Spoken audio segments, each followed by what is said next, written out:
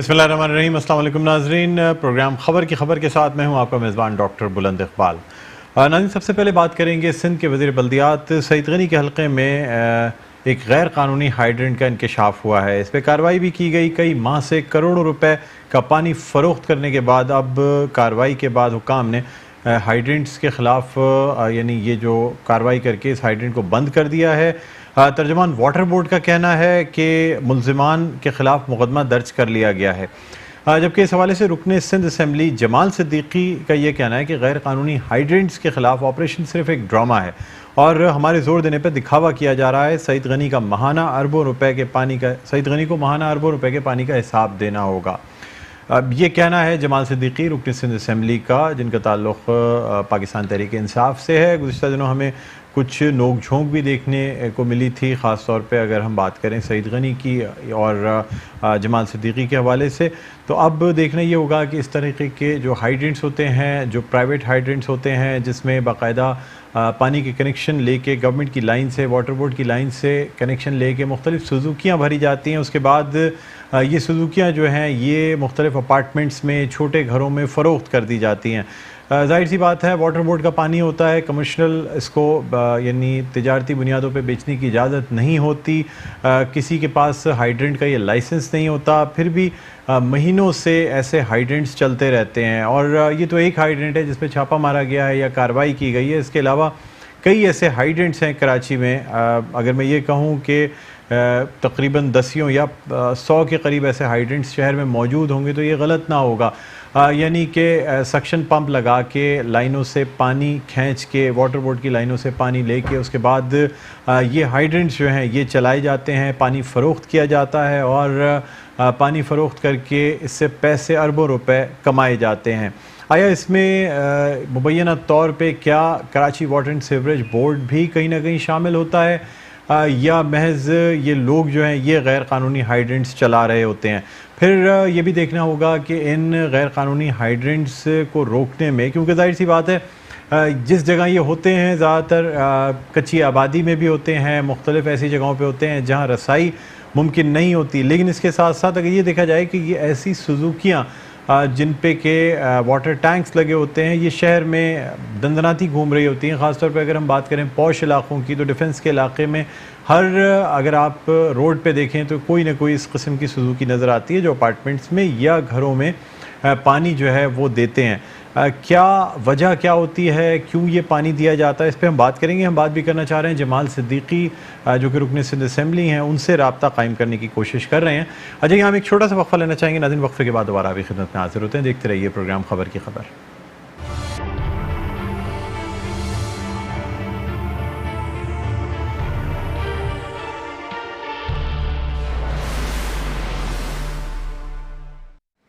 जी viewers, welcome back. आप देख रहे हैं प्रोग्राम खबर की खबर। मैं हूं आपका मेज़बान डॉक्टर बुलंद इकबाल। ब्रेक पे जाने से पहले हम बात कर रहे थे सिंध के वज़ीर बल्दियात सईद गनी के अपने हल्का इंतखाब में एक गैर कानूनी हाइड्रेंट का इंकशाफ हुआ है जो कि कार्रवाई करके बंद कर दिया गया है। लेकिन रुकन सिंध असम्बली जिनका ताल्लुक़ पाकिस्तान तहरीक इंसाफ से है, जमाल सिद्दीकी साहब का ये कहना है कि ये हाइड्रेंट बंद तो कर दिए जाते हैं या दिखावे की कार्रवाई इनके कहने पे या इनके जोर देने पे कर दी जाती है, लेकिन जो अरबों रुपए का पानी महाना चोरी हो रहा है इसका हिसाब कौन देगा? इसी वाले से गुफ्तगू करने के लिए हमारे साथ लाइन पर इस वक्त मौजूद हैं जमाल सिद्दीकी साहब। अस्सलाम वालेकुम जमाल सिद्दीकी साहब, आपको खुशामदीद कहते हैं प्रोग्राम खबर की खबर में।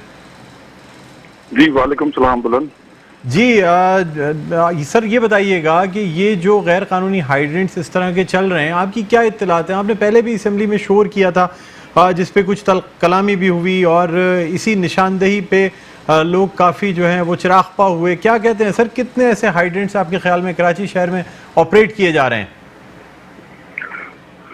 बुलंद, मैंने जनवरी से लेके अप्रैल मई तक मैंने सेशन में कुछ 4 दफा तवज्जो दिलाओ नोटिस पर मैंने ये बात पॉइंट आउट की थी कि न सिर्फ मेरे हल्के में बल्कि पूरे कराची में जो पानी सरगर्म है उसकी कोई ना कोई पुष्टपनाई जरूर कर रहा है। तो मैं उस पुष्टपनाई के लिए तहकीक की मैंने, और जब मैं अपने हल्के के फोर्सेज के साथ मैं ग्राउंड पे उतरा तो मुझे जो पता चला वो मैंने असेंबली में बयान तो वजीर बल्दियात को बड़ा नागवार गुजरा, जिसके बाद उन्होंने बड़ी घटिया जबान इस्तेमाल की क्योंकि उनकी चोरी पकड़ी गई थी। तो अब आलम यह है कि वजीर बल्दियात के अपने हल्के में अगर वाटर बोर्ड छापे मार के इलीगल हाइड्रेंट को बंद कराता है और लोगों को गिरफ्तार करता है तो सोचें कि वजीर बल्दियात के हल्के में यह हाल है तो पूरे कराची में क्या हाल होगा। यहाँ लोग रमजान के महीने में, मेरे हल्के में भी खुसूसन लोग प्यास से मर रहे हैं, पानी से मर रहे हैं। आज भी मैं अपने हल्के में फिरा हूं रोजे में, लेकिन उसके बावजूद मगर लोगों की तकलीफ इतनी है कि ना कोई वाटर बोर्ड का अमला सुनता है, ना कोई इनके इदारे के लोग हमारी बात पे तवज्जो देते हैं। जब असेंबली में मैंने इनकी इस पानी की चोरी के फिगर्स पब्लिक के बताए हुए सोर्सेज की बुनियाद पर मैंने बयान किए, जो अगर पूरे कराची से वसूल किए जाएं तो वो तकरीबन 21 अरब रुपए बनते हैं सिर्फ पानी के। ये वो फिगर थे जिसके बाद मेरे बल्दियात चरागपा हुए थे, क्योंकि इनकी जो कयादत कोर्टों के अंदर जो केसेस भुगत रही है, उसमें एक बड़ा हिस्सा ऐसे बदउनवान वजीरों का भी है जिनकी वजह से इनकी कयादत कोर्टों में धक्की खा रही है और करप्शन के केसेस भुगत रही है।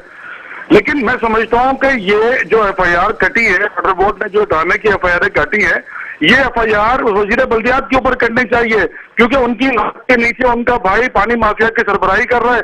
न सिर्फ पानी माफिया बल्कि लैंड माफिया की भी सरबराही कर रहा है। उन्हें अपना भाई नजर नहीं। जमाल भाई ये बताइएगा, बहुत बड़े इल्जामात हैं ये सर, ये बहुत बड़े इल्जामात हैं, क्या इसके सबूत आपके पास हैं? इसलिए कि इदारे का या इदारे के होस्ट का इन इल्जामात से कोई ताल्लुक नहीं है, लेकिन फिर भी आपका मौक़िफ़ अपनी जगह वैलिड है। आपसे ही पूछना चाहूंगा कि ये जो इल्जामात हैं कि इस तरीके से पुश्तपनाही की जा रही है, इसके कोई सबूत आपके पास हैं? बोले मेरे पास सबसे बड़ा सबूत यह है कि जिस हाइड्रेंट को मैं अपने हल्के में बंद कराने के लिए 4 महीने से असेंबली में चीखे मार रहा हूं, वो हाइड्रेंट आज भी उसी आबोताब के साथ चल रहा है। मुझे ये बताएं कि ये असेंबली कानून साज असेंबली को मजाक है कि जहां पर किसी करप्शन के खिलाफ आवाज आए और उसका वजीर कहकर जी मैं 3 दिन में बंद करा दूंगा, आज 4 महीने हो गए, वो नहीं है। तो कोई तो मजबूत हाथ है उस हाइड्रेंट के पीछे जो आज भी। कौन सा हाइड्रेंट है, आप नाम ले सकते हैं, बताएं ना कौन सा हाइड्रेंट है ये मैंने तो असेंबली में मैंने उसकी तस्वीर पेश की थी, उसकी मैंने डिटेल्स वजीर बल्दियात को लेटर लिख के दी थी। मैंने तवज्जो दिला नोटिस में एक चीज पॉइंट आउट की थी, जो ट्रिनिटी पर लसबेला ब्रिज के नीचे एक बहुत बड़ा पंपिंग स्टेशन बना हुआ है। आप भी अपनी टीम को लेकर जाएं, वहां पे आपको मुसल्लह लोग नजर आएंगे आप पर असला तानते हुए। तो ये यानी लसबेला के इलाके में ब्रिज के नीचे बनाया गया है और ये बाकायदा पंपिंग स्टेशन है, या इसमें बोरिंग करके? देखिए सर, 2 तरह के हाइड्रेंट्स होते हैं, एक वो जिसमें जमीन से पानी निकाल के और वो गैर कानूनी तौर पे बेचा जा रहा होता है, एक बाकायदा वाटर बोर्ड की लाइन से पानी की चोरी की जा रही होती है। देखिए इन्होंने कच्ची बस्तियों से बोरिंग करके एक बेतहाशा हजारों की तादाद में लाइनें लाके उसके नीचे अंडरग्राउंड टैंक बहुत बड़ा बना हुआ, वहां पानी जमा करते हैं। और वहां जब आप जाएंगे तो आपको बेतहाशा मोटरें बड़े बड़े साइज की वहां लगी हुई है, जो कि 18 इंच की पानी की लाइन इंडस्ट्रियल एरिया को सप्लाई हो रही है। वो पानी जो स्टॉक करके इंडस्ट्रियल एरिया को बेचा जा रहा है बड़ी मोटरें लगा के। तो आप सोचें हैं कि ये इंडस्ट्रियल एरिया को जो पानी सप्लाई हो रहा है, क्या ये वाटर बोर्ड का अमला बेच रहा है या वाटर बोर्ड कानूनी तौर पर ही लाइनें चला रहा है? इंडस्ट्रियल एरिया को पानी सिर्फ सरकार दे सकती है, कोई भी आम आदमी सड़क पे अंडरग्राउंड टैंक बना के पानी जमा करके मोटरें लगा के अपने मुसल्सल लगा के नहीं दे सकता। ये रियासत की जिम्मेदारी है। तो वो हाइड्रेंट ट्रिनिटी ब्रिज के नीचे किसका है? आज 4 महीने हो गए, उसका मालिक कौन है? उसके मालिक की तलाश में जब गया था तो वजीर बल्दियात के बड़ा नागवार गुजरा था, जिस पर उन्होंने बहुत पर्सनल होकर मेरे साथ घटिया जबान इस्तेमाल की थी। घटिया जबान मैं भी इस्तेमाल कर सकता हूँ, उनके भाई के कारनामे पूरे कराची में आया है कि कराची सर्कुलर रेलवे के लिए वो आज अपनी मनपसंद लोगों की टीम जमा करते फिर रहे हैं कि ताकि उसमें जो लोगों को मुतबादिल घर दिए जाएंगे उसमें से सैकड़ों की तादाद में वो घर अपने मनपसंद लोगों के नाम से अलॉट करवाएंगे। उनका क्या रोल है वजीर बल्दियात के भाई का कि जो आज ब्यूरोक्रेसी में अपने मनपसंद अफसर लगवाने के लिए पूरी आबोताब से भागदौड़ कर रहे हैं, जिसकी पुष्टपनाही वजीर बल्दियात कर रहे हैं। अच्छा जमाल सिद्दीकी साहब, ये भी बताइएगा कि आपकी जानिब से, यानी आपकी पार्टी की जानिब से कई दफ़ा हमने देखा कि खुर्रम शेर जमान, आफ्ताब सिद्दीकी साहब, आप भी कई दफ़ा वाटर बोर्ड के दफ्तर भी गए हैं और MD water board Asadullah Khan से मुलाकात भी की है, बाज़ दफ़ा वो नहीं भी मिले, आप बरहम भी हुए। फिर आलमगीर खान ने हम गुलशन के अगर हाइड्रेंट की बात करते हैं तो वहाँ पे एरो क्लब जो एक ग्राउंड था वहाँ से तमाम टैंकर्स भी हटवाए गए। सर गवर्नर सिंध आपके अपने हैं, आपकी अच्छी खासी अपोजिशन मौजूद है, मुत्तहिदा कौमी मूवमेंट आपके साथ है, क्या वाकई पाकिस्तान तहरीक इंसाफ सिंध में इतनी पावरलेस है कि एक हाइड्रेंट नहीं बंद करा सकती? देखिए पावरलेस इसलिए है कि हाइड्रेंट बंद कराने का अख्तियार हम एमपीएस एमएनएस के पास नहीं है। ये जिस महकमे के जेर तहत चलते हैं उस महकमे के सरबराह का काम है या उस महकमे की वजारत का काम है या सूबे के वजीर आला जो यहाँ के सुप्रीम अथॉरिटी उनका काम है। गवर्नर तो सुप्रीम अथॉरिटी नहीं है। तो मैं आपसे अर्ज करूं कि हमारे तमाम एमपीएस वाटर बोर्ड के धक्के खा के परेशान है। उन हलकों के लोग, हमारे हलकों में लोग जो रमजान के महीने में बददुआएं दे रहे हैं, मैं आपको बयान नहीं कर सकता किस कर्ब का शिकार है लोग। तो अगर हमारे मातहत होता और हमारी चल रही होती तो इस शहर में पानी मौजूद है, लेकिन शहर के रहने वालों को पानी नहीं दिया जा रहा। वही पानी टैंकर की सूरत में तो आपको दस्तयाब है 10,000 रुपए का टैंकर, तो ये पानी कहां से आ रहा है? जमाल सिद्दीकी साहब, लेकिन गवर्नर सिंध अगर इस पे कोई एक्शन लेना चाहे ले तो सकते हैं सर। वो मतलब ठीक है, सुप्रीम अथॉरिटी ना सही, विफाक के नुमाइंदे हैं, सिंध के सूबे के गवर्नर हैं इमरान इस्माइल साहब, अगर चाहें तो इस पर बिल्कुल एक्शन ले सकते हैं, कॉल ऑन कर सकते हैं, एमडी वाटर बोर्ड को अपने ऑफिस में बुला के पूछ गुछ कर सकते हैं कि कैसे ये हाइड्रेंट चल रहे हैं। आपकी बात ठीक है। हम परसों अपना 2 दिन बाद हमारे एमपीएस मेरे डेलीगेशन गवर्नर सिंध से मिलने जा रहे हैं, और आपकी जो ये कही हुई बात है, हम इसी बात पर गवर्नर साहब को कहना चाह रहे हैं कि जी आप गवर्नर इस बात का नोटिस लें, कंसर्न वजीर को और कंसर्न महकमा के हेड को आप बुलवाएं और उसे पूछते कि कराची में मुंसिफाना तकसीम क्यों नहीं है पानी की। आम आदमी को पीने के लिए पानी नहीं है, लेकिन टैंकर के जरिए 10,000 रुपए का टैंकर बेचने के लिए पानी है, तो ये तो खुला तजाद है। सर आप क्या कहते हैं कि ये जो खासतौर पे जो हाइड्रेंट्स बने हुए हैं जहां बेशुमार वायलेशंस देखने को मिलती हैं, मैं आने वाले प्रोग्रामों में ये वायलेशंस बाकायदा कैमरे पे आप लोगों को दिखाऊंगा अभी कि किस तरीके से जो कॉन्ट्रैक्ट्स होते हैं उससे किस कदर वायलेट किया जाता है। सर क्यों नहीं पूछा जाता, क्या वजह क्या है? सिर्फ इदारों के सरबराहान तक ये वजूहात महदूद हैं या ये सिलसिला ऊपर तक जाता है? बुलंद इन्होंने करप्शन करने का एक नया अंदाज इख्तियार किया, उसको पूरी शक्ल दी है। अब इन्होंने क्या किया है कि जो लोग ये जो बोरिंग कर करके पानी जमा अंडरग्राउंड टैंक में और बड़ी मोटर लगा के शहर में बेचते हैं, अब इन्होंने इसका लाइसेंस देना शुरू कर दिया। सब सॉइल वाटर के नाम पे लाइसेंस देना शुरू कर दिया कि जी ये तो इनकी जरूरत है, एक आदमी घर में बोर कर रहा है, हम उसको कैसे रोक सकते हैं। तो ये बाकायदा मुनज़्ज़म धंधा है जिसकी मालियत अरबों रुपए से कहीं आगे जाके पहुंच गई है। तो ये माफिया के लोग हैं, ये कभी नहीं चाहते रमजान जैसे मुकद्दस महीने में जहाँ पानी का शहर में काल पड़ा हुआ हो। आप मुझे सिर्फ ये पूछ के बता देना कि टैंकर के पानी कैसे मैसर है इस शहर में जब लाइन में मौजूद नहीं है। तो सर बात यही होती है ना, देखिए मैं कई दफ़ा मैंने MD water board Asadullah Khan को अपने प्रोग्राम में बुलाया, उनसे सारी तफसीलात पूछी हैं। वो ये कहते हैं कि जी महज 16 MGD पानी जो है वो टैंकर्स को सप्लाई किया जाता है और बाकी 480 MGD कराची में तकसीम किया जाता है। मैं उनसे कई दफ़ा ये सवाल कर चुका हूँ कि ऐसे कैसे मुमकिन है कि 16 MGD पानी से पूरे कराची को टैंकर सप्लाई किए जाते हैं, लेकिन 480 MGD पानी जो कराची को मिलता है वो किसी घर में मतलब एक बाल्टी पानी भरने के काबिल नहीं होता। सर कैसे? देखिए बुलंद, बात यह कि अगर आप इस बात पे कन्विंस हैं कि शहर में पानी मौजूद है और महकमे का अफसर बिल्कुल ठीक कह रहा है, तो महकमे का वजीर भी बिल्कुल ठीक कह रहा है, तो बहैसियत कराची एक्ट आप मुझे बता दें कि क्या कराची में पानी मौजूद है? कराची में शॉर्टेज नहीं है, लोग प्यासे नहीं मर रहे हैं, रमजान के महीने में लोग दर बदर नहीं फिर रहे हैं, या वो 2 लोग ठीक कह रहे हैं, ये कराची के 2.5 करोड़ लोग ठीक कह रहे हैं? आप अपने ईमान से बता दें मुझे। नहीं बिल्कुल, देखिए सर ये चीज़ें तो आवाम के अपने सामने हैं। आप जिस शाहराह पे चले जाएं, जिस इलाके में चले जाएं, आपको ये टैंकर्स नज़र आते हैं। और टैंकर्स मतलब ये नहीं कि सिर्फ ये पैसे लेके पानी बेच रहे होते हैं, बल्कि इनके वेल्व्स लीक होते हैं, इनकी वजह से रोड्स ख़राब होती हैं, इनकी वजह से कितनी शाहराहें जो हैं वो तबाह हो जाती हैं। बड़ी बड़ी शाहराहें इन टैंकर्स के चलने की वजह से ख़राब होती हैं।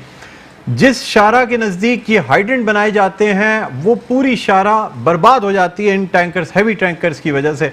जबकि इन हाइड्रेंट्स पे हैवी टैंकर्स अलाउड नहीं होते ऑफिशियली, फिर भी वहाँ पे इन चीज़ों से सरफ नज़र करके टैंकर्स को अलाउ किया जाता है। सर कोई ना कोई वजह तो होती होगी ना?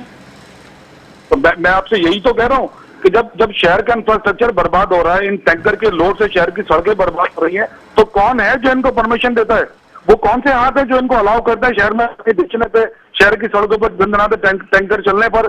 कोई तो हाथ होंगे ना वो। जवान साहब लेकिन मेरा ये कहना फिर भी सर मैं यहाँ पे फिर भी यही बात करूंगा कि एज अ पार्टी और एज कंबाइंड अपोजिशन, यानी आप लोग सिंध में अपोजिशन में है, आपके साथ GDA भी है, आपके साथ मुत्तहदा कौमी मूवमेंट भी है, आपकी अपनी पार्टी स्ट्रांग है अच्छी खासी। सर कंबाइंड मूव की ज़रूरत है। इस तरह इनफरादी तौर पे तनकीद करने से कोई फ़ायदा नहीं होगा जब तक आप गवर्नर सिंध इमरान इस्माइल साहब को इन्वॉल्व नहीं करते। आपकी पार्टी, दूसरी पार्टियां जो अपोजिशन में मौजूद हैं, सबका कंबाइंड मूव नहीं आता, उस वक्त तक मैं नहीं समझता कि कोई तब्दीली आ सकती है। देखिए हम इंशाल्लाह गवर्नर सिंध को भी इस मामले में इन्वॉल्व कर रहे हैं, और कंसर्न महकमे के हेड और कंसर्न महकमे के वजीर से भी बात करेंगे। अगर फिर भी ये मसला नहीं हल हुआ तो हमारी जो बजट है, हमारी जो स्ट्रेटेजी है, हम एहतजाज पे निकलेंगे। हम एमडी वाटर बोर्ड के ऑफिस का भी घेराव करेंगे, हम वजीर बल्दियात के ऑफिस का भी घेराव करेंगे, हम सड़कों पर एहतजाज करेंगे। मैं भी अब रोजा मैंने इफ्तार खोला है पाकिस्तान क्वार्टर में, वहां से लेकर जेल चौरंगी से लेकर पाकिस्तान क्वार्टर तक पूरी लाइन पे पानी नहीं है, लोग तरस रहे पानी के लिए। हम पहले ऑफिशियल इनसे बात करेंगे, अदरवाइज हम अपना एहतजाज क्या रखते हैं। ठीक है जी, बहुत शुक्रिया जमाल सिद्दीकी साहब, रुकन सिंध असेंबली पाकिस्तान तहरीक इंसाफ से जिनका ताल्लुक है, हमारे साथ लाइन पर मौजूद थे। आपने मेट्रो न्यूज़ को वक्त दिया। नाज़रीन, छोटा सा वक्फा है, वक्फे के बाद दोबारा आपकी खिदमत में हाजिर होते हैं। देखते रहिए प्रोग्राम खबर की खबर।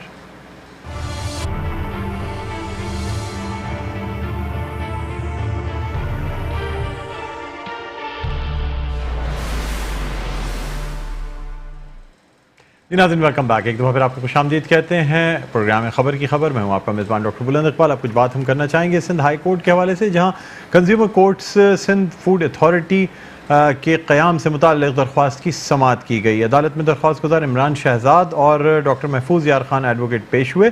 अदालत ने सिंध हुकूमत से कंज्यूमर कोर्ट्स के मुताल्लिक़ प्रोग्रेसिव रिपोर्ट मांग ली है। यानी पूछा गया है कि आया इन कोर्ट्स के हवाले से क्या इक़दाम किए गए हैं, कितने केसेस इसमें रजिस्टर हुए हैं, कितने केसेस फैसल हुए, कितने केसेस पेंडिंग हैं।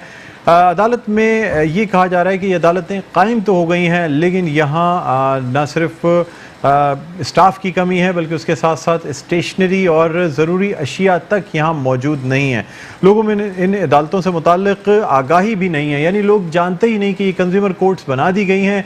अब अगर किसी सारिफ को कोई शिकायत है तो उसे कुछ और करने की ज़रूरत नहीं, वो सीधा कंज्यूमर कोर्ट्स में जाके अपनी कंप्लेन फाइल कर सकता है ऐसी चीज़ों के ख़िलाफ़ जो कि मुज़र सेहत हों या सब स्टैंडर्ड हों, या सारिफ समझता है कि वाकई जो कीमत उसने उस चीज़ की अदा की है वो इतनी कीमती चीज़ नहीं थी। यानी अगर कोई चीज़ 50 रुपये की एक सारिफ ख़रीद के लाया और उसे ये अंदाज़ा होता है ये चीज़ इसकी मालियत 10 रुपये से ज़्यादा की नहीं थी, तब भी वो कंज्यूमर कोर्ट जा सकता है। इस हवाले से बाकायदा एक प्रोटोकॉल बनाया गया है कि पहले किस फोरम पे जाना है, फिर किस तरह ये कंप्लेंट लॉज होगी। लेकिन बदकिस्मती से हमारे जो सारिफीन हैं या हमारे आम शहरी जो हैं वो नहीं जानते कि ये कंज्यूमर कोर्ट्स कैसे काम कर रही हैं, क्या प्रोसीजर है, किस तरह से ये काम करना चाहिए। इस हवाले से गुफ्तगू करने के लिए हमारे साथ इस वक्त मौजूद है हमारे नुमाइंदे GM गोपांग। हम इनसे बात करना चाहेंगे। अस्सलाम वालेकुम GM गोपांग, आप मेरी आवाज़ सुन सकते हैं? जी डॉक्टर साहब, वालेकुम अस्सलाम। बिल्कुल आप GM गोपांग, बताइएगा आज सिंध हाई कोर्ट में ये समाअत हुई है कंज्यूमर कोर्ट्स और सिंध फूड अथॉरिटी के क़याम के हवाले से। जी डॉक्टर साहब, आज एक दरखास्त पेश की गई है जस्टिस मोहम्मद अली मजहर और जनाब जस्टिस आगा फैसल की 2 रुकनी बेंच में, जिसमें जो पिटिशनर है खासतौर पे उन्होंने एक दरखास्त दायर की है जो एक कंज्यूमर कोर्ट के मुतालिक 2014 में कायम किया गया था, उसकी कारकर्दगी पर उन्होंने अपनी एक दरखास्त दी है, जिसमें ये दरखास्त के अंदर बताया गया है अदालत को कि कंज्यूमर कोर्ट्स के बारे में जितने भी पाकिस्तानी हैं, खासतौर पर आम जो आवाम है वो बिल्कुल कुछ नहीं जानती, जिसकी वजह से कंज्यूमर कोर्ट्स की जो कारकर्दगी है बिल्कुल सिफर है और लोगों को जो भी प्रोडक्ट दी जा रही हैं उसमें जो भी बेकायदगी है कंपनीज की तरफ से या आम जो दुकानदार की तरफ से होती है, जो उनकी शिकायत होती है वो किसके पास लेकर जाए, इसकी जो कारकर्दगी है उसके बारे में और खासतौर पर फूड अथॉरिटी के बारे में आवाम को आगाही नहीं दी गई। इसके अलावा खासतौर पे कंज्यूमर कोर्ट्स के बारे में ये भी बताया गया कि कंज्यूमर कोर्ट्स के अंदर कायम तो की गई है हर जगह पर, हर शहर में ये मौजूद हैं, मगर उसमें एक तो स्टाफ की कमी है, दूसरा वहां पर ना तो उनका कोई बजट रखा गया है कि उनके पास कोई कागज तक मौजूद हो या पेन मौजूद हो।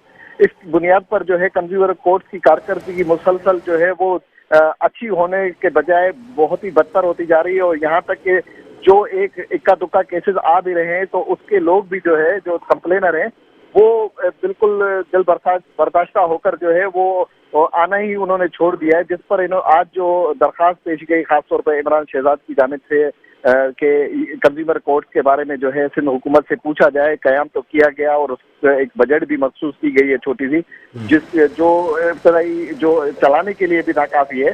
तो अदालत ने आज उस पर एक जो दलाइल दिए गए, अदालत ने सिंध हुकूमत को और मुतल्लिका इदारों को इस बारे में नोटिस जारी कर दिए हैं। आइंदा जो सेशन होगा उस पर वाज़े तफसीली तौर पर सिंध हुकूमत से और मुतल्लिका इदारों से तफसीलात मांगी गई है कि कंज्यूमर कोर्ट जो एक था उस तहत कायम हुई है, काम कर रही है, नहीं कर रही, और इस वक्त तक की उसकी प्रोग्रेस, केसेस के बारे में और जो कंप्लेन आई है और आवाम की जो शिकायत थी उन पर क्या एक्शन लिया गया और कितने केसेस को निपटाया गया, उसके मुतालिक आगाह करने के लिए अदालत ने जो है अब नोटिस जारी कर दिए। आइंदा सेशन में सिंध हुकूमत पाबंद होगी अपनी जानब ये रिपोर्ट जमा कराने के लिए बहुत शुक्रिया जीएम गुपांग, आपने हमें ज्वाइन किया और हमारे प्रोग्राम में वक्त दिया। अब नाज़रीन देखना ये होगा कि ये कंज्यूमर कोर्ट्स जो बनाई गई हैं ये कहाँ तक कारआमद हैं, अब तक इसमें कोई केस दाखिल किया गया है या नहीं किया गया है, सारिफीन को किस तरह से आगाही दी जाएगी इन कोर्ट्स के हवाले से, यानी ये जो अदालतें बनाई गई हैं कंज्यूमर अदालतें, इन तक रसाई कैसे मुमकिन होगी। इनके जजेस की लिस्ट भी आ चुकी है जो जजेस इसमें तैनात किए गए हैं, बल्कि अगर ये कहा जाए कि एडिशनल वर्क दे दिया गया है जजेस को कंज्यूमर कोर्ट्स के हवाले से तो ये गलत ना होगा। प्रॉपर इस वक्त तक जगहें और ये तमाम चीज़ें कि किस जगह ये कोर्ट्स बनाई गई हैं, कहाँ पे ये मौजूद हैं, क्या इनकी वर्किंग है, इस हवाले से अब तक कोई आगाही या कोई नॉलेज आवाम को या शहरियों को या सारिफीन को नहीं दी गई हैं।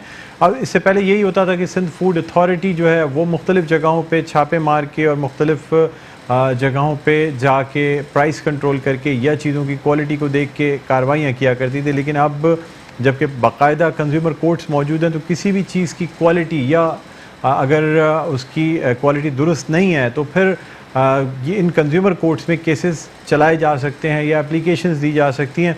इन कोर्ट्स का जो तरीक़ाकार है वो आम कोर्ट्स के मुकाबले में डिफरेंट है। पहले जिसके ख़िलाफ़ कंप्लेंट फ़ाइल की जाएगी उस हवाले से उस शख्स को या उस इदारे को बुलाया जाएगा। साथ ही साथ इन कोर्ट्स में एक ये भी चीज़ रखी गई है कि जो फेडरेशंस या जो चेंबर है उनके जो लोग हैं वो भी शामिल किए गए हैं। हमारे साथ इस वक्त मौजूद हैं कंज्यूमर्स एसोसिएशन ऑफ पाकिस्तान के चेयरमैन कौकब इकबाल साहब। अस्सलाम वालेकुम कौकब इकबाल साहब, आपको खुशामदीद कहते हैं प्रोग्राम खबर की खबर में। जी वालेकुम अस्सलाम इकबाल। कौकब भाई, आप बड़े अरसे से अलंबरदार हैं कंज्यूमर राइट्स के हवाले से और आपकी कोशिशों से और आपकी काविशों से अब ये कंज्यूमर कोर्ट्स बना तो दी गई हैं, यानी बिल्कुल बन भी गई हैं, इनमें जजेस भी तैनात कर दिए गए हैं, बल्कि अगर ये कहा जाए कि जजेस को एडिशनल वर्क दे दिया गया है तो ये गलत ना होगा। लेकिन ये जो ऑर्डिनेंस है जिनके तहत ये कंज्यूमर कोर्ट्स चल रही हैं इस हवाले से आवाम में बिल्कुल आगाही नहीं है। और आज इस हवाले से सिंध हाई कोर्ट में एक केस भी दाखिल किया गया है जिसमें ये कहा गया है कि कंज्यूमर कोर्ट्स में ना तो स्टेशनरी है ना वहाँ स्टाफ है, तो किस तरह ये कोर्ट्स चल सकती हैं? देखिए बुलंद इकबाल, मेरा ख्याल है काफ़ी अरसा हो गया इस वक्त इस बात को कंज्यूमर कोर्ट्स को कायम हुए, मगर ये कहा गया कि कंज्यूमर कोर्ट्स 39 डिस्ट्रिक्ट में कायम हो चुकी हैं। पहले नोटिफिकेशन आया उसमें जजों का नाम नहीं था, उसके बाद जजेस का नाम दिया गया दूसरे नोटिफिकेशन में, मगर अभी तक ताहाल जैसे बहैसियत chairman consumer association of Pakistan मुझे नहीं मालूम कि कंज्यूमर कोर्ट्स किधर हैं, उसकी बिल्डिंग का हमें ये मालूम है कि हाई कोर्ट किधर है, सेशन कोर्ट किधर है, सिटी कोर्ट किधर है। कंज्यूमर कोर्ट्स की ना बिल्डिंग के बारे में कोई बताया गया, ना ही उनके कोई आगाही के लिए कोई नंबर दिए गए और ना ही कंज्यूमर एसोसिएशन को इस सिलसिले में मुत्तला किया गया, ना ही अखबारात के जरिए मीडिया के जरिए पब्लिक को बताया गया दाद रसी कहाँ करें। आज भी एक साहब का फोन आया था, वो पूछ रहे थे कि कंज्यूमर कोर्ट्स में हम कैसे जा सकते हैं, तो लातादाद सार्फिन रोजाना हमारे दफ्तर में फोन करते हैं, ये पूछते हैं कि जो कंज्यूमर कोर्ट्स इनमें कायम हुई हैं वो किधर हैं। तो हमें नहीं मालूम, और यही बात मैं आज जिन्होंने अच्छी पटिशन ये इमरान शहजाद साहब ने दाखिल की और उसके ऊपर जो है हुकूमत ने उन्होंने कोर्ट ने पूछा है हुकूमत से कि वो कंज्यूमर कोर्ट्स के बारे में बताए। इसी तरह सिंध फूड अथॉरिटी, जैसे कि आपको मालूम है कि 10 साल की हमारी लातादाद कोशिशों के बाद ये सिंध फूड अथॉरिटी बनाई गई और सिंध फूड अथॉरिटी अभी हमने हाल ही में जो है consumers food safety and quality conference मुनक्किद की और उसमें फूड मिनिस्टर ने आके कहा कि वाकई कंज्यूमर एसोसिएशन को जो है इसमें ऑन बोर्ड लेना चाहिए और मैं चाहता हूं कि ये मेंबर बने बोर्ड के सिंध फूड अथॉरिटी में। वो कह के ऐलान करके चले गए, अखबारात में उसकी न्यूज भी आई, टीवी पे भी चला, मगर उसके बाद ताहाल अभी तक जो है वो फूड मिनिस्टर साहब का कोई वो जो है नोटिफिकेशन हमें नहीं मिला। इस सिलसिले में जब मैंने डीजी से बात की तो उन्होंने कहा नहीं जी इंशाल्लाह नेक्स्ट मीटिंग होगी तो उसमें हम कॉल करेंगे, हमारा बोर्ड अप्रूव करेगा। बोर्ड में कंज्यूमर एसोसिएशन ने कोशिश की, कंज्यूमर एसोसिएशन को एज पर कानून जो है वो लॉ वो हमें कंज्यूमर एसोसिएशन को ऑन बोर्ड लेना है, मगर ये क्योंकि ये चाहते ही नहीं कि कोई अच्छा काम हो, हम उसके ऊपर क्योंकि उनके ऊपर उनके कामों पर तनकीद करते हैं। एक तनकीद सबसे बड़ी मेरी ये है कि अभी तक लेबॉर्ट्री नहीं है और लेबॉर्ट्री जिसको जहाँ से वो टेस्ट करा रहे हैं वो महंगी तरीन लेबॉर्ट्री है और उसके लोगों ने आके मुझसे मतलब ये कि हमें खरीदने की भी कोशिश की। हमारे पास उनके अफसर आए उस लेबॉर्ट्री के, उनसे कहा कि कौकब साहब हम आपसे बात करना चाहते हैं। मैंने कहा आई एम सॉरी, मैं किसी बात पे बात नहीं करना चाहता, मैं चाहता हूं कि सिंध फूड अथॉरिटी की अपनी लेबॉर्ट्री हो तो ये जो है बड़ा अलमिया है। इस यहाँ पे कानून साजी भी हो जाती है, सब कुछ हो जाता है, लोगों को रिलीफ मिलने का बुलंद भाई अभी तक जो है कोई सिलसिला नजर नहीं आता।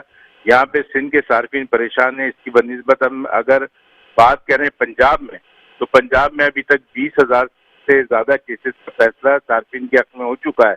यहाँ ये हुकूमत बताए, सिंध हुकूमत ये कहती है कि जनाब हम तो सिंध ये कंज्यूमर कोर्ट बना दिए। भाई उनको बैठने का ठिकाना तो बताओ, उनके नंबर तो बताओ, उनको ये बताओ उसका रजिस्ट्रार कौन है, उसका क्लर्क कौन है, उसकी कुर्सी कहाँ पर पड़ी है, चलो दरख्त के नीचे कुर्सी लगा दी है, वही बता दें आप। फिर कहते हैं कि साहब हमने बड़ा अच्छा काम किया। तो काम से हम तो पैसे से कंज्यूमर बॉडी जो है इन सब चीजों को वॉच करते हैं, और मैं समझता हूँ कि अभी तक मैं जो सिंध फूड अथॉरिटी है इसकी भी जो कारकर्दगी से मुत्तफिक नहीं हूँ, ना ही ये मैं चाहता हूँ कि ये इन लोगों को इनको ट्रेनिंग स्कूल भी बना दें। इन्होंने ट्रेनिंग्स भी देनी, आज तक वो ट्रेनिंग प्रोग्राम नहीं किया, प्रोग्राम नहीं किए। कंज्यूमर एसोसिएशन 10 साल से consumer food safety and quality conference मुनक्किद कर रही है, उसके बावजूद जो है, और हम सबको वो कोई ट्रेनिंग प्रोग्राम अब तक नहीं शुरू किया गया, बुलाया, मिनिस्टर को भी बुलाया, मगर उसका ये तो नहीं है कि आपने जो है वो अपनी एक डेढ़ चाल अलग चलानी है। अगर इस तरह काम करना है, सिर्फ ये छापे मार के चंद और मीडिया में अपने चेहरे दिखाने, तो ये बात गलत है। सबसे पहले तमाम जितने भी स्टेक होल्डर हैं उनको ऑन बोर्ड लें, और उनको ऑन बोर्ड लेके उनको जो है वो पहले ट्रेनिंग प्रोग्राम कराएं। पॉजिटिव वे में चलना है, हमने किसी कारोबार को हरासा नहीं करना, किसी कारोबार को बंद नहीं करवाना है। हम ये चाहते हैं कि हमने जब ये सिंध फूड अथॉरिटी नहीं बनी थी उससे पहले ही हमने काम शुरू किया, और 2 साल से हम कोशिश करके अल्हम्दुलिल्लाह बहुत सारे जितने भी उनको जो है वो ट्रेनिंग करवाई गौतम में।